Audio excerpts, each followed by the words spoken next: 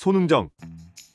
대한민국의 젠 축구선수이자 유소년 축구 지도자, 프리미어리거 손흥민의 부친이다. 1962년 6월 16일 충청남도 서산군 인지면 산동리에서 태어나 해미중학교 축구부를 다니던 중 춘천고등학교를 졸업하고 명지대에 입학.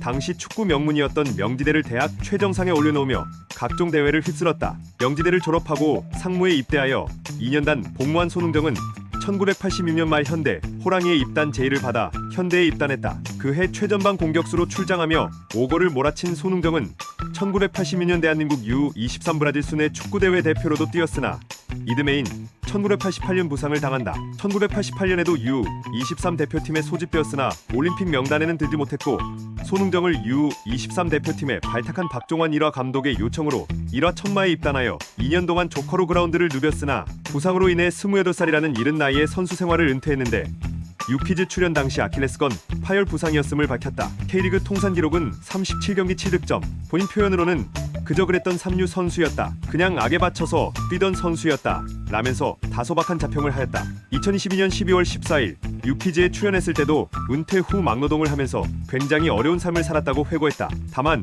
비록 연령 제한팀 및 B팀이기는 해도 국가대표팀 선수로서 활약한 경력이 있고 프로축구 리그에서 축구선수로 활약한 경력을 따져보더라도 전체 축구선수 중에서는 좋은 실력의 선수였음은 자명하다. 지금이나 과거나 프로축구 선수가 된다는 것은 그 지역이나 도내에서 최상위권의 선수였다는 것을 증명하는 레벨이며 대부분의 어린 선수들이 이 문턱을 넘지 못하고 축구화를 벗게 된다. 또한 모든 스포츠 선수들의 꿈이나 다름없는 국가대표 유니폼을 입어봤다는 것만으로도 충분히 인정받을 만한 성과다. 은퇴 후에는 월드컵 및 분데스리가 축구 영상 등을 보며 개인적으로 연두를 거듭하여 현재 축구 지도자로 활동하고 있다. 춘천 공지천에 있는 춘천 유소년 FC 감독을 맡아 유소년 선수들을 지도해왔으며 자신의 이름을 딴 SN 축구 아카데미를 설립하여 지도자로서 유소년 축구 선수들을 직접 피워내면서 지도를 하고 있는 중이다. 부상으로 선수를 은퇴한 뒤에 선수로 20년 동안 생활하면서 느끼고 연구한 것을 바탕으로 두 아들이 축구를 하겠다고 했을 때 직접 기본기 훈련을 시켰다. 공을 마음대로 다룰 수 있도록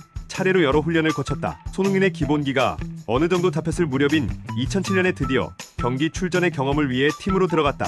그의 바람대로 손흥민은 중고등팀에서 7개월 동안 선수 생활을 하면서 여러 사람들의 주목을 받아 16세 이하 국가대표팀에 소집되고 연습생 신분으로 곧바로 분데스리가로 진출하는 기회를 얻었다. 손흥정의 축구 철학은 아들을 지도한 일화에서 볼 수 있듯이 유소년 시절에는 기본기를 갈고 닦아야 한다 라는 것을 매우 중요하게 생각한다. 그리고 아들이 유명해진 이후에는 소문을 듣고 독일과 영국의 에이전트 및 스카우트들이 그의 유소년 클럽을 직접 찾아왔다고 한다. 기존의 운동부들은 폐쇄적인 몸댐 코스에 치중해서 학생들이 폭력에 시달린다는 지적을 끊임없이 받았는데 SN 축구 아카데미는 이 부분을 보완하는 시도를 하고 있다. 아들을 가르칠 때는 직접 때리면서 지도했다고 하면서 지금도 미안한 마음을 갖고 있다고 언급했다. 언론 기사, 축구 아카데미에서 축구 외에 영어, 독서 토론, 인성교육 등을 하고 있지는 않다. 외국어와 독서, 인성교육과 관련한 교육 과정은 설립 초기에 계획된 것일 뿐 현재는 축구만 가르치고 있다. 아무래도 대한 학교 허가를 받지 못했기 때문으로 보인다. 아카데미 입장에서는 아쉽겠지만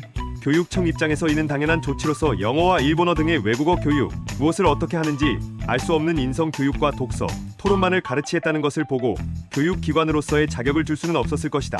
손흥민에게는 아버지인 동시에 멘토이자 코치이며 친구 같은 사람이다. 탄탄한 기본기를 강조하는 손흥정답게 손흥민의 기본기를 갈고 닦을 수 있었고 외국인에게 좋지 않은 일을 당했을 때 그걸 곧바로 표현해야 한다고 조언해줬다. 손흥민에게 축구는 정말 험난하고 고된 길이라고 만류했지만 손흥민 본인이 그래도 축구가 너무 좋다고 하여 축구를 가르치게 되었다. 10여 년 동안 축구 관련 동작을 개인적으로 공부하고 조사하고 연구하여 손흥민과 SN 축구 아카데미 유망주들에게 전수하고 있다. 아들들에게 평소에는 자상한 편이지만 훈련할 때만큼은 매우 엄하게 대했다고 한다. 이 점은 본인이 지금도 두 아들에게 미안한 부분이라고 한다. 하지만 엄한 것에 그치지 않고 손흥정도 옆에서 솔선수범하는 자세로 직접 시범을 보여주고 옆에서 같이 훈련을 하기 때문에 아들들도 그 뜻을 잘 이해했다고 한다. 20일 22시즌 손흥민이 EPL 득점왕까지 해냈음에도 여전히 단호하게 월드 클래스라 부르기에는 부족하다고 했다. 그런데 2022년 6월 인터뷰의 월드 클래스 발언이 영국 내의 황색 언론인 데일리 메일을 통해 손흥민이 세계 최고의 클럽 중 한 팀에서 뛰기 위해서 토트넘을 떠나야 할 수도 있다라는 재창조 수준의 왜곡된 내용으로 전해지면서 영국 현지 인터넷상에서 인종차별 욕설까지 듣는 등 곤혹을 치렀다. 물론 손흥정 본인은 스스로가 컴맹이라고 밝히기도 했고 워낙 SNS를 안 하다 보니 이 점에 대해 알고 있을지는 미지수다. 이 때문에 다른 언론사인 90m에서 자세하게 해명을 해야만 했다. 타남인 손흥민이 월드클래스하는 이야기에 대해 극구 부정하며 절대 월드클래스 아니라고 주장하는 짤이 유명하다. 물론 그가 아들 손흥민을 평가절하하는 이유는 혹여나 자만심이 생겨 은퇴할 때까지 지속해야 될 선수 생활에 악영향을 끼칠까봐 염려하기 때문인 것은 누구나 알고 있는 사실. 자서전에서도 언급했으며 푸스카스상을 수상했을 때도 본인은 손흥민 커리어에서 더 대단한 골이 나올 수 있을 거라는 믿음이 있기 때문에 담담했다고 한다. 또한 아들이 상을 수상해올 때마다 자만심이 들 것을 경계하여 트로피를 분리수거해라 라고 항상 말하며 보통 전시하지 않고 박스에 넣어서 창고에 보관해 놓는다고 한다. 팬들은 우스갯소리로 고소도 안 먹히는 악성 손가 1티어 인물이라고 부르기도 한다. 손흥민이 19, 20시즌 리그 10 클럽 5를 시작으로 20, 21시즌에는 PK 없이 프리미어 리그 득점 선두에 오르고 2시즌 연속으로 10 클럽에 가입하더니 이후에는 아시아인 최초 EPL 득점왕을 수상하는 등 엄청난 폼을 보여주면서 졸지에 추갈못 악성 손가라는 드립이 돌고 있다. 반대로 손흥민이 폼이 안 좋거나 실수해서 비판을 받으면 손흥정의 말대로 손흥민은 월드클래스가 아닌 것이 맞다며 축잘할 소리를 듣기도 한다. 참고로 손흥정 감독이 생각하는 월드클래스 기준은 어떤 최고의 팀에서도 생존할 수 있는 선수이다. 즉 팀이나 감독 전술을 타지 않고 어떤 조건에서든 활약할 수 있는 선수. 이미 축구 커뮤니티에서는 손흥정의 말투를 흉내내는 덧글이 달리고 있으며 즈을 때 월드클래스 아닙니다 라는 밈이 되었다. UCL 우승에 발롱도르 정도 수상하면 그제서야 월클이라고 인정을 할 거라는 관측을 하거나 손흥정의 발언을 짜깁게 한 합성물까지 나오고 있다. 2022년에는 손흥민이 득점왕이 되면서 이 밈이 다시금 재조명되면서 몇 가지 패러디가 나오고 있다. 유피지의 출연에 밝힌 바에 따르면 득점왕을 수상하자마자 전성기는 내려라는 신호라며 독설을 했다고 한다. 마지막에는 아무리 위대한 선수라도 하락세를 피할 수 없으니 전성기가 지나다가도 기량 하락을 최대한 늦추면서 완만하게 내려오는 것이 목표라고 밝혔다. 실제로 과거 인터뷰에서도 하루하루 살얼음판을 걷는 기분이다. 은퇴를 하루라도 늦추는 것이 목적이다 라고 발언했었는데 당연히 전성기를 찍었으니 이제 내려와야 한다는 의미가 아니라 결국 아무리 잘하는 선수일지언정 전성기를 지나면 하락세에 접어드는 것은 당연하다는 뜻이며 하락세를 극도로 경계했던 발언인 것으로 보인다. 2024년 1월 카타르 아시안게임 본선 직전 한국 대표팀은 아직 준비가 안 됐다며 냉정히 말해서 한국 축구의 미래를 생각한다면 이번에 우승해선 안 된다 라는 발언을 했다. 또한 한국은 일본의 상대가 되지 않는다며 지난 64년간 우승하지 못한 것에 대해 나를 포함한 우리 축구인이 반성해야 한다. 실력과 투자 등 모든 면에서 일본에 뒤지는 상황에서 우승하는 게 오히려 한국 축구에 도움이 되지 않을 것이라고 주장했다. 또한 개인적으로는 한국의 우승을 간절히 바란다면서도 하지만 이렇게 준비가 덜 된 상태에서 우승해버리면 그 결과에 도취해 얼마나 또 우려먹겠나. 그러다 한국 축구가 병들까봐 걱정하는 것이라고 설명했다. 그는 또 텅 빈 실력으로 어떻게 일본을 한번 앞선다고 해도 그건 자신을 속이는 행위에 불과하다고 덧붙였다. 기사 제목들이 앞뒤 맥락을 모두 자른 채 우승하면 안 된다와 같은 자극적인 표현만을 헤드라인으로 사용하고 있어서 축구를 평소에 즐겨보지 않는 일반 대중들이 봤을 때는 오해를 사기 쉬울 수 있지만 손흥정 감독이 저런 발언을 한 취지는 우승이라는 성과에 취해 한국 축구가 그것에 계속 안주만 하며 발전하지 못하고 병들어가는 것을 우려한 인터뷰로 발언의 취지를 이해하고 있는 대부분의 축구 팬들은 이 발언에 대해 긍정 여론이 높다. 당장 이 인터뷰 직전에 가진 JTBC와의 인터뷰만 봐도 손흥정 감독은 절대 축구 대표팀을 폄하하려는 목적으로 한 인터뷰가 아님을 알 수 있다. 다만 우승하면 안 된다는 발언을 직접적으로 한 것은 사실이고 이를 비롯해 몇몇 답변에서 보여준 단어 자체의 수위가 다소 새 공적인 자리에서 하기에는 부정적인 표현이었다는 점에 대해서는 모두 공감하는 편. 다만 대표팀의 호성적이 한국 축구의 발전을 무조건적으로 저해한다고 많은 볼 수 없다. 2002년 월드컵과 2008년 올림픽에서 축구와 야구 대표팀이 이루어낸 성과가 많은 유소년들을 리그로 이끌고 야구와 축구에 대한 국민들의 관심을 끌어모았듯 한국이 호성적을 내면 위험하다 여겨진 카잔의 기적이 극적인 승리에 만족하는 것으로 끝나지 않고 최악의 암흑기에 빠져있던 한국 축구 부활의 신호탄이 되었듯 국가대표가 좋은 성적을 내는 것이 한국 축구 발전에 선순환으로 작용하는 만큼 해당 발언에는 일반화의 오류라는 비판도 존재한다. 아시안컵도 64년 만에 우승하면 그 자체로도 국민들의 축구에 대한 관심도를 더 높여서 리그의 활성화 등 다양한 발전의 발판이 될지도 모르는 일이다. 이상윤 또한 이 발언에 대해 아시안컵 해설 도중에 잠시 언급하기도 했다. 그리고 목표가 실패해야 발전한다는 주장 자체가 모순을 내포하고 있다. 반대로 독일은 대한민국에게 충격적인 패배를 당한 이후 계속 부진을 면치 못하고 있다. 만약 부진하는 상황에서 실패와 발전이 연동된다면 월드컵 예선에서 부진하는 대표팀이 차라리 월드컵 본선 진출에 실패하는 것이 국가대표가 더 발전하는 주장이라거나 강등권에서 부진하는 구단이 차라리 하위 리그로 강등당하는 게 더 구단에 발전된다는 주장도 성립되기 때문 이런 후회를 동반한 극약 처방은 후폭풍이 너무나도 거세서 의도와 달리 되려 이겨내지 못하고 완전히 몰락해버리기 십상이다. 그렇지만 슈틸리케오의 부진과 당시 대한축구협회의 잘못된 운영 때문에 그 당시에도 적지 않은 축구팬들이 차라리 월드컵 본선 진출에 실패해서 한국 축구를 다시 갈아엎어야 한다는 말이 나왔던 것을 보면 손흥정의 말도 이해가 안 가는 것은 아니기는 하다. 그리고 다른 부분을 차치하더라도 해당 발언을 한 시기가 대표팀이 아시안컵 본선을 코앞에 둔 시점인데 자칫 대표팀 사기를 떨어뜨릴 수도 있는 다소 자극적인 표현이 포함된 이런 발언을 대표팀 주장에 붙이니 굳이 지금 했어야 했냐는 비판도 나오고 있다. 다만 말레이시아전 이후 뉴스에서도 그의 발언이 재조명되고 있다고 올렸다. 이후 대한민국은 어찌저찌해서 행운에 힘입어 아시안컵 준결승에 진출했지만 일본은 결국 8강에서 고배를 마셨다. 하지만 준결승에서 쌓여왔던 문제점들이 모두 드러나며 대한민국 축구 역사에 남을 최악의 참사가 터지는 바람에 결국 손흥정의 발언에 공감하는 사람들이 많아지면서 다시금 재조명을 받고 있다. 하지만 다른 쪽으로 일이 터지면서 손흥정의 의도인 축구협회 개혁과는 반대로 흘러가기 시작했다. 비록 클린스만이 경질되었고 축구협회 역시 비난을 받고 있기는 하지만 이 발언의 최대 문제점을 드러내는 부분이 현실로 드러나고 있는데 축구협회가 끝까지 국민 여론을 제대로 수렴하지 않고 자기 딴에는 이 정도면 되겠지라는 생각으로 버티면서 결과는 결과대로 안 좋고 정작 이루어져야 할 개혁은 하나도 안 이루어지고 있다는 점이다. 2011년 사우나에서 손흥민과 함께 스포츠 경향과 알몸 인터뷰를 한 적이 있었는데 당시 나이 49세임에도 상당한 근육질 몸매의 소유자이다. 대윤군이 당시 19세인 손흥민보다 좋을 정도 의외로 이름이 알려진 지 꽤 오래되었는데 2011년에 손흥민이 국가대표에 소집되기 시작할 때 국대 코칭 스태프에게 항의한 것으로 유명하다. 국대 차출을 두고 대표팀의 모 코치와 언쟁을 벌인 뒤 공항에서 손흥민이 대표팀에서는 아직 있으나 없으나 상관없는 레벨인 반면 소속팀에서는 자리를 잡냐마냐 하는 중요한 시기니 국대 차출을 자제해달라는 인터뷰를 한 바 있다. 이때 손흥민은 내가 결정할 문제가 아니라고 말을 아꼈다. 당시에는 아빠 뒤에 숨는다고 까였지만 손흥민의 부자 관계가 잘 알려진 지금은 진짜 자기가 결정할 문제가 아니었다고 재평가를 받았다. 당시에는 국대 차출 거부라고 비판이 많았다. 손흥민이 차후 소속팀과 대표팀에 성공적으로 안착하면서 논란은 잦아들었다. 손흥정은 그 일이 아직 신경이 쓰이는지 월드클래스 발언 인터뷰 당시 국가대표 얘기가 나오자 태극마크의 중요성을 강조하면서도 이 일화를 다시 언급하기도 했다. 다만 이후 2012년 런던 올림픽 축구 34위전에서 대표팀이 일본을 이기고 동메달 수상에 따라 병역 면제가 되었을 때 이 일화가 발굴되어 국가대표본에서 병역 면제를 받으면 병역의 압박으로부터 자유로워서 커리어 유지에 더 도움이 될 것을 당장 앞만 바라본 덕에 아들의 앞길을 가로막은 아버지와는 오명이 따라붙기도 했으며 이후 국가대표팀이 경기에서 탈락할 때마다 손흥민을 군대와 엮는 짤은 늘 등판하게 되었다. 만약 손흥민이 군 입대 때문에 소속팀이나 이적의 문제가 발생할 수도 있었으나 다행히도 2018 팔렘방 아시안게임에서 손흥민이 참가한 대표팀이 결승전에서 일본을 이기고 금메달을 획득하면서 이 오명도 사라지게 되었다. 이선희 시의원과 친분이 있다. 국민의힘 소속이나 정치인 특성상 지지 정당과 성향과는 무관하게 유명인들과 두루 친분을 쌓는 것은 흔하기 때문에 그의 정치 성향 또한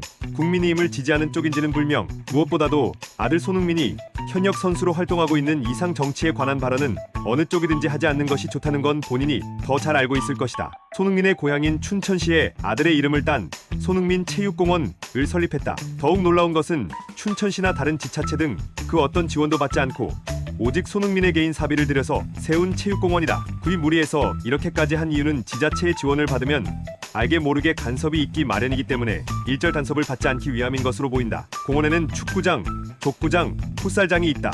여기서 유소년을 양성하는 축구 아카데미도 같이 운영할 계획이라고 하며 일부는 시민들에게 자유 열람까지 할 것이라고 한다. 축구선수답지 않게 특유의 철학과 진지한 모습이 있다. 위에 항목에서도 써있지만 젠 베트남 축구 국가대표팀의 박항서 감독은 현역 시절 손흥정과 같은 세대였고 럭키룸성에 있었을 때 성남 1화에서 뛰던 손흥정과 시합을 했던 경험이 있었다 라고 이야기를 한 적이 있다. 하지만 박항서의 현역 시절 커리어를 생각해보면 손흥정은 상무축구단이나 현대 호랑이에서 활약하던 시절이었을 것이다. 손흥민의 영문 이름 형민슨에서 스니 아들을 뜻하기 때문에 해외에서 손흥정은 말장난으로 형민대라고 자주 불린다. 손흥민과 친분이 있는 배우 박서준에게 아들의 경기가 보고 싶을 때 언제든지 관람하라며 자신에게 주어진 선수 가족석을 쓸 수 있게 해주었다고 한다. 평소 극도로 깔끔하며 잡다한 것을 싫어하는 성격이다. 손흥민의 다큐멘터리 손세이셔널과 본인의 자서전에서 이러한 삶의 태도를 강조하며 집안에 잡다한 것이 많으면 혼란스러워지기 때문에 최소한의 가구와 살림살이만 배치한다고 밝혔다. 그래서 다큐멘터리에서 손흥민이 런던에 있는 집을 공개했는데 TV, 소파, 냉장고, 컴퓨터 등 기본 살림살이 가구와 가든 외에는 아무것도 없었다. 이사 과정에서 응접실 등의 기본으로 제공되는 가구 또한 빼버린 건 덤이다. 그래서 안 그래도 큰 집이 더 크고 썰렁해 보인다. 손흥민이 수상한 트로피, 매치볼, 아시안게임 금메달도 전시하지 않고 따로 창고에다 보관하고 있다고 한다. 하지만 딱 하나, 프리미어리그 득점왕에게 주어지는 골든 부트만큼은 전시해두었다고 한다. 나대는 것 같이 보여지는 게 싫기도 하고 아들이 자만하지 않도록 하기 위함이라고 한다. 다만 트로피의 관리 자체는 손흥정이 직접 철저하게 하고 있으며 언젠가 손흥민 박물관을 만들어서 모두 전시할 것이라고 한다. 2022년 12월 14일 유 퀴즈 온 더 블럭에 출연하였다. 간간히 언론 노출은 있어왔지만 그동안 방송 출연을 피했던 그가 무려 예능 프로그램에 출연한 이유는 사우나에서 우연히 만난 조세호 덕분이라고 한다. 예고편이 올라오자마자 방송 전부터 수많은 화제를 불러왔다. 대부분 이전 인터뷰나 자서전에서 밝힌 내용도 있었지만 처음 밝히는 이야기도 있었다. 약 1시간 50분의 방송 시간 중에서 그의 분량만으로 거의 1시간이 채워졌다. 컴맹이라고 한다. 인터넷도 전혀 할 줄 모르며 핸드폰도 거의 시간 체크용으로만 사용한다고 한다. 심지어 핸드폰에는 누구의 번호도 저장되어 있지 않다고 한다. 가족을 비롯한 반드시 연락해야만 하는 인물의 전화번호를 5개 정도로만 외우고 있다고 하며 손흥민 아버지 관련해서 쓸데없는 접근을 하는 사람들을 미리 차단하고자 이러한 조치를 취했다고 밝혔다. 손흥민이 레버쿠젠에서 감독이 출전 시간을 주지 않자 본인은 이적을 바랐지만 협상 결렬이 확정되어 화가 잔뜩 났었는데 마침 복도 유리창 너머로 4층 복도를 걸어가는 루디 펠러 단장과 부단장이 보여 계단을 3개씩 뛰어올라 그들에게 토트넘 호스퍼와 재협상을 하라고 설득하면서 겨우 이적할 수 있었다고 한다. 나중에 단장이 밝히길 계단을 올라오며 자신을 부르는 손흥정의 표정이 너무 무서워 꿈에도 나왔다고 한다. 자식들이나 손흥정 아카데미 학생들한테 축구를 가르칠 때 워낙에 엄격하게 지도해서 그렇지 평소에는 상냥하다. 유퀴즈에 출연했을 때도 축구 얘기만 나오면 돌변해서 그렇지 웃는 모습도 많이 보여준다. 실제로 팬 서비스가 양호하다. 본인과 큰아들은 축구 선수로의 두각을 드러내지 못하고 일찍 은퇴했지만 차남 손흥민은 축구를 잘 배워온 덕인지 부상 없이 선수 생활을 무난히 하고 있다. 각종 커뮤니티에서 복원된 이순신 장군의 초상화와 닮았다는 반응이 많다. 가족 중 유일한 학사 졸업자다. 장남 손흥민의 부인 및 자녀 과거 대한민국 축구 국가대표팀 B팀인 화랑팀에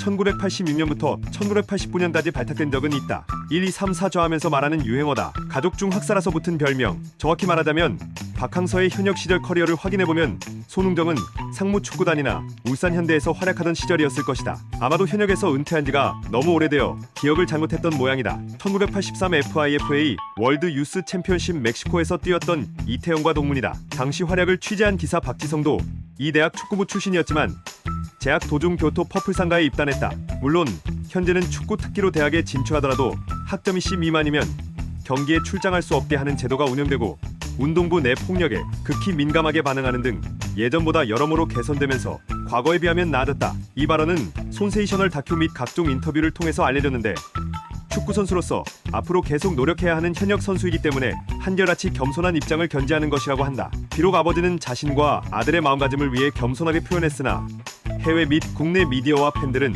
PFA 올해의 팀에 뽑힌 21 시즌 아예 프리미어리그 득점왕에 오른 21, 22시즌 이후로는 이론의 여지가 없는 월클로 보는 중 손흥민 본인도 34세가 되기 전에는 연애를 생각하지 않을 것이며 결혼을 한다면 축구보다 가족에 충실하고 싶다고 인터뷰에서 밝혔다. 뒤인 다큐멘터리 손세이셔널에서 이런 식으로 표현했다. 그만큼 손흥민은 아버지를 정말 잘 따르지만 그런 손흥민도 아버지의 뜻을 딱 한 번 거스른 적이 있었다. 바로 2019 아시안컵 때였는데 이때 손흥정은 아들이 유럽과 아시아를 왕복하면서 폼이 망가질 것을 우려하고 참가하지 말 것을 권하였으나 국가대표로서 우승이 너무나도 절실했던 손흥민이 이를 거부하고 아시안컵에 참가했다. 게다가 손흥민은 4년 전의 아시안컵 결승전에서 극적인 동점골을 터뜨리고도 준우승에 머물렀었기에 더욱 우승을 바랐다고 한다. 손흥정도 이런 아들의 뜻을 존중해주고 이번만큼은 아들의 뜻을 따라줬다. 하지만 결국 8강전에서 카타르에 패배했기에 그 또한 안타까운 심정이었을 것이다. 이 때문에 아들에게 전성기라는 말도 하지 않는다. 전성기라는 단어를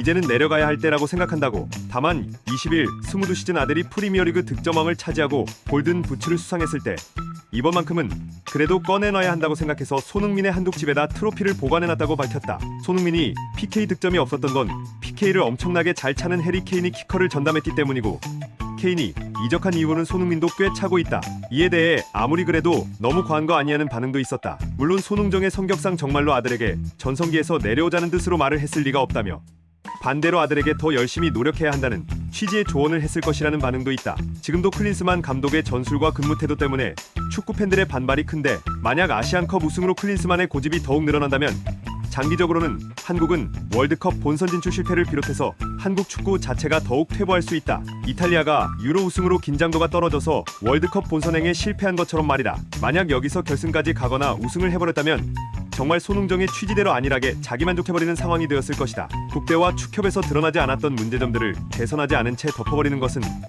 말씀 중에 죄송합니다. 절대 월클래스 아닙니다. 그 발언이 나온 방송이다. 첫이에는 현재 사진이 안 뜨는 오류가 있는데 다른 기사에서 알몸 공개 사진을 확인 가능하다. 되도 않는 전술에 선수를 억지로 끼워 맞춘 뒤 주전만 갈아치우고 나머지는 적당히 자리 채우기용이었다. 조광래는 손흥정뿐만 아니라 홍명보 올림픽 대표팀 감독과도 선수 차출 문제로 갈등을 빚은 바가 있는데 그 당시에 홍명보도 올드 핵심 멤버를 자꾸 성인 대표팀에 차출해놓고 벤치만 데우게 한다면서 반발했으니 손흥정이랑 입장이 비슷했다. 당장 조광래는 울리 슈틸리케와 더불어 국대 축구 최악의 감독으로 꼽히는 수준이다. 병역 면제를 받을 경우 3주 동안의 기초훈련만 받으면 병역이 해결된다. 비시즌 때 받고 오면 그만인 셈. 그 뒤로는 34개월간 특기 분야 활동으로 계속 선수로 활동하면 된다. 올림픽 당시 후보 선수였던 김기희는 올림픽 당시 한 경기도 안 뛰었는데 34위 전때 홍명보가 김기희에게도 병역 면제 혜택을 주기 위해 마지막 4분 동안 투입함으로써 병역 면제를 받았던 만큼 손흥정은 손흥민 팬들에게 원자가 될 때까지 까였다. 그 반례로 친민주당, 친문재인 인사로 유명한 차범근이 있는데